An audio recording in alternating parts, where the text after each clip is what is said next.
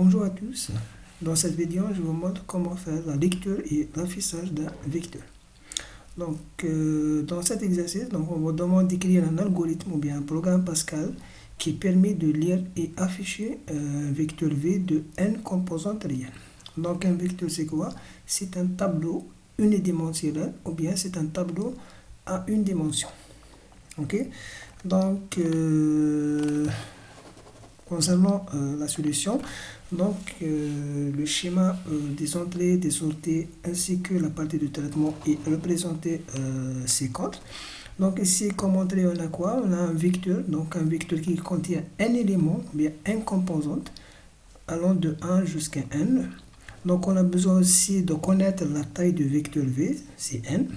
Ici le i c'est une variable intermédiaire donc qui sert à parcourir les différentes composantes de vecteur V.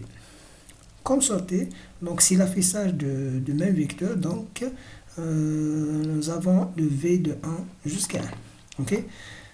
Concernant les entrées, donc on a besoin de n, donc la lecture de n, de la taille de vecteur V. Pour introduire les différentes composantes du vecteur V, donc on a besoin d'une boucle allant de 1 jusqu'à n. Ok? Lire, c'est la lecture. Pour l'affichage, donc on utilise la même boucle, juste on remplace le mot lire avec écrire, donc c'est l'écriture ou bien c'est l'affichage. Ok? Donc un tableau c'est quoi? Ça c'est une révision, donc c'est une suite d'éléments du même type. Elle utilise plusieurs cases mémoire à l'aide d'un seul nom. Comme toutes les cases portent le même nom, elles se différencient par un numéro ou un indice. Qu'est-ce que ça veut dire? Par exemple, si vous avez un vecteur, la première composante, son indice est égal à 1, deuxième c'est 2, troisième c'est 3, etc. Le note, c'est le nom de vecteur. Okay? Nous pouvons représenter schématiquement un tableau nommé note. Le note, c'est le nom de tableau composé de 5 cases dans la mémoire comme suit. Vous avez un vecteur note qui contient 5 notes. Okay? Donc, la première note, sa position, c'est 1. La deuxième, c'est 2. La dernière, c'est 5. Okay? Nous disposons alors de 5 variables. Pour les nommer, on indique le nom du tableau, dans ce cas c'est note, suivi de son indice entre crochets. La première s'appelle note 1, ici c'est note 1 qui est égale à 12. La deuxième c'est note 2 qui est égale à 14. La dernière par exemple c'est note entre crochets 5 qui vaut à 12. Très bien. On passe maintenant à la programmation. Donc on commence toujours par programme. Vous donnez le nom de programme, par exemple ici c'est vecteur. Okay? Point virgule. Pour la partie de déclaration, on a quoi? On a besoin de n, c'est la taille du vecteur V. On a besoin aussi le i, c'est pour parcourir les différentes composantes du vecteur V. Le type de ces variables, c'est des entiers. Intégrales. Très bien. On a aussi un tableau V. Donc V c'est un tableau, en anglais c'est array, un tableau.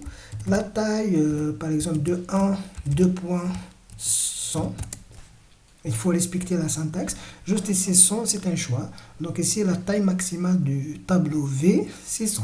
Okay? On peut utiliser par exemple 5 composantes de 100. On peut utiliser aussi 6, 7, 8. Okay? Il faut indiquer aussi la nature de ces composantes.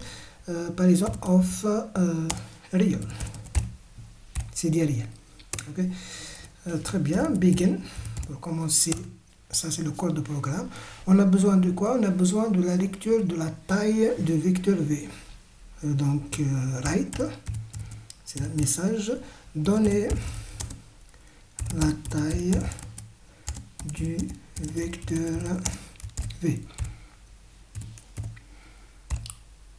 Ok, ça c'est un message. Pour lire la taille, on a besoin de read n. Très bien. Maintenant, comment introduire les différentes composantes du vecteur V? Ok, par exemple, on a ici le n égale à 5. Comment introduire 5 composantes pour le vecteur V? Donc, toujours on utilise un message, write, donner les composantes, voilà. du vecteur V. Très bien. Donc, on utilise toujours la boucle pour parcourir 5 ou bien n composantes. Donc, for i 2 points égale à 1 to n 2. Ok. Read pour la lecture, on utilise toujours read V entre crochets l'indice i et allant de 1 jusqu'à n. Très bien. Ça, c'est pour la lecture des composantes. Maintenant, comment afficher le vecteur V? On utilise toujours la boucle pour l'affichage du vecteur V. Donc, write affichage du vecteur V. Ok.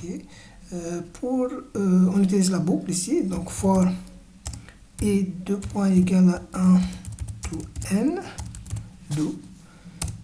À la place de read, on utilise write. Write. Ok, donc V, c'est V de I. Ok.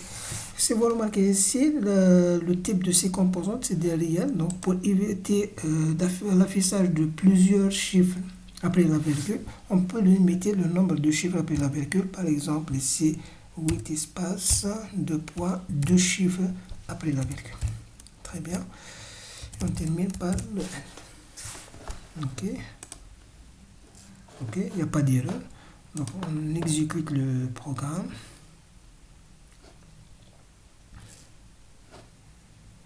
Très bien. Hop. Ici, write, donner la taille. Ici, donner la taille. Donc, c'est à nous d'introduire la taille de vecteur V. Par exemple, 5. Très bien. Il affiche le deuxième message, donner les composantes. Donc, il faut donner les 5 composantes. Par exemple, 1, 3, 8, 6, 4. Ok, 5 composantes de vecteur. Maintenant, c'est l'affichage. Affichage de vecteur V. Donc, vous avez 1, 3, 8, 6 et 4. Voilà donc pour aujourd'hui. Donc, je vous donne rendez-vous dans la prochaine vidéo.